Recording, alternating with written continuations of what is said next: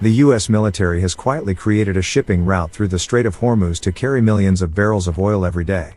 The operation has been running for several weeks and involves 15 to 20 tankers entering and leaving the strait each night via a southern route along Oman's coast.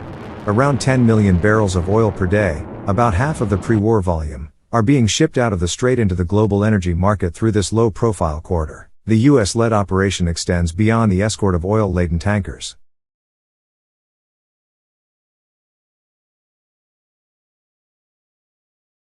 The U.S. military is additionally facilitating the transit of empty tankers from the Arabian Sea through the Strait of Hormuz to Gulf ports for oil loading, prior to their return transit through the strait. According to reports, the operation is overseen by a U.S. task force headquartered at Fort Bragg, North Carolina, in collaboration with regional Gulf partners.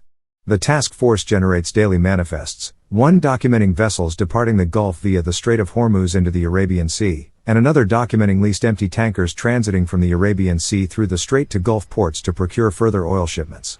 Vessels are organized into scheduled inbound and outbound convoys transiting the southern channel under the direction of the U.S. military. On a nightly basis, ships are allocated to one major outbound transit during a specified time slot and one major inbound transit during a separate slot. Transit through the southern channel is conducted pursuant to U.S. military guidance. The U.S. Air Force further provides fighter jet coverage to safeguard tankers against Iranian cruise missiles and unmanned aerial vehicles. In the past 2 weeks, 15 to 20 tankers have crossed the strait each night. Daily oil exports are averaging close to 10 million barrels.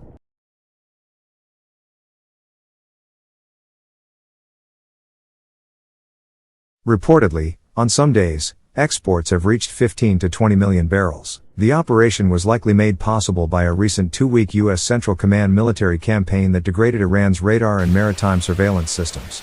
U.S. President Donald Trump said there is a tremendous amount of oil coming out of the Strait of Hormuz. He said the U.S. is not negotiating with Iran at the moment. They are wasting time. It's a waste of time to negotiate with them, Trump said.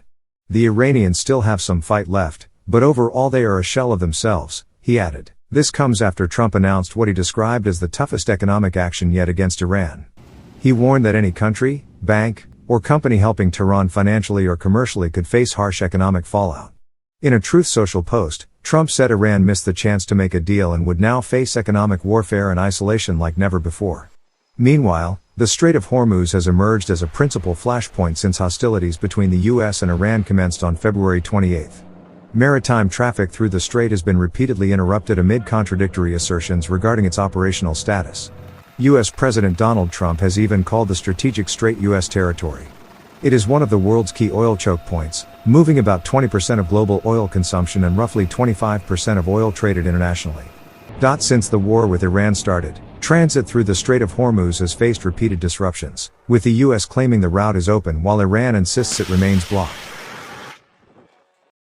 The Strait of Hormuz is once again at the center of a rapidly escalating maritime crisis.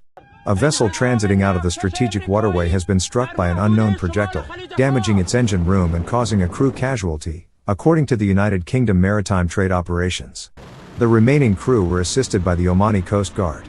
The identity of the vessel and the source of the projectile have not yet been officially established. The latest incident comes after a string of attacks and attempted attacks on commercial shipping in and around the strait, which raises a critical question. Is Hormuz effectively becoming a war zone? And what does that mean for global oil shipping and the wider U.S.-Israel-Iran conflict? The Strait of Hormuz is one of the world's most important maritime choke points. At its narrowest point, the waterway separates Iran from Oman and connects the Persian Gulf with the Gulf of Oman and the wider Arabian Sea. For decades, it has served as a crucial artery for global energy supplies. But today, commercial ships entering or leaving the Persian Gulf are facing an increasingly dangerous environment. The latest warning came on August 18. Uconto reported that a vessel was struck by an unidentified projectile while conducting an outbound transit through the strait. The impact damaged the engine room and resulted in a crew casualty. The remaining crew were assisted by the Omani Coast Guard. The latest strike is not an isolated incident. In recent days, multiple commercial vessels have come under attack while navigating the strait. On August 14, 2 tankers were attacked while traveling outbound through Hormuz, according to maritime security assessments. Both vessels were reportedly hit by unidentified projectiles and suffered damage. Another bulk carrier was also attacked around the same period.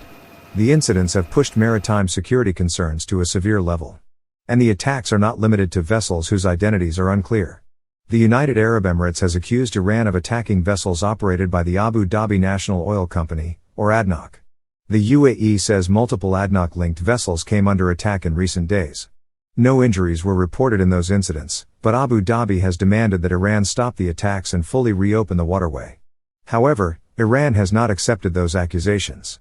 That leaves commercial shipping operating in an environment where responsibility for individual incidents can remain disputed, even as the physical danger continues to rise. Iran and Oman have been working on an arrangement aimed at managing or restoring shipping through Hormuz. Reports indicate that discussions have focused on creating a framework for commercial traffic and potentially establishing a shipping map. But the negotiations have run into a major obstacle. Washington and Tehran do not agree on the conditions required to reopen the waterway. The 60-day deadline associated with the U.S.-Iran interim peace arrangement expired on August 17 without a breakthrough. The agreement had envisaged steps including reopening Hormuz and reducing the military confrontation.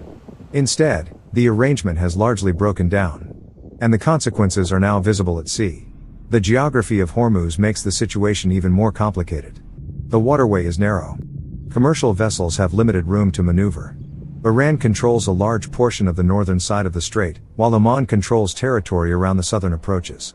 That means any military confrontation involving the strait has immediate consequences for civilian shipping. A missile, drone, mine or other projectile does not need to hit a tanker carrying millions of barrels of crude to create a crisis. Even a single attack can force other vessels to slow down, divert or wait. And when multiple attacks happen within days, the psychological effect on the shipping industry can be enormous. That is why today's incident matters. It is another warning to shipowners that the danger is not confined to one particular type of vessel or one particular section of the Gulf. So, what is the current situation in Hormuz? The simplest answer is that the strait is not functioning like a normal commercial waterway. The latest vessel has suffered engine room damage and a crew casualty. And there is still no confirmed attribution for today's projectile strike. At the same time, Iran and Oman are attempting to find a mechanism to restore shipping.